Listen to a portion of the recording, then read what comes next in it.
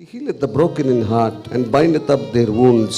హృదయ గాయాలని మాన్పివేసే దేవుడు, గుండె చెదిన వాడిని బాగు చేసే దేవుడు, మన గాయములను కట్టేటటువంటి దేవుడు అని కీర్తనకారుడు రాస్తున్నాడు. మానవుని జీవితాల్లో 3 రకాల గాయాలు ఉన్నాయి.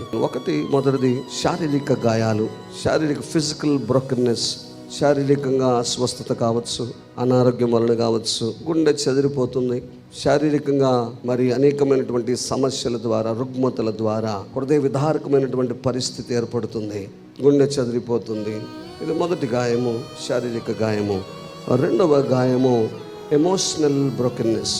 మానసికంగా కావచ్చు, లేదా ఆయా పరిస్థితులను బట్టి మీరు మీ ఆ హృదయం గుండె చెదిరిన స్థితిలోనికి వెళుతూ ఉంటుంది. మీ కుటుంబంలో, మీ జీవితంలో, మీ బంధుమిత్రుల జీవితాల్లో కావచ్చు, జరిగిన కొన్ని సంఘటనల వలన మనం ఎమోషనల్ అయిపోతాం. ఎమోషనల్ బ్రోకెన్నెస్, మానసిక స్థితి కూడా గతి తప్పుతుంది.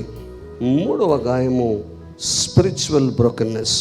ఆత్మీయ జీవితంలో చెదిరిన స్థితిలోనికి వెళ్ళటం. మన ఆత్మీయ స్థితిలో ప్రభు నుండి వైదొలగటమే.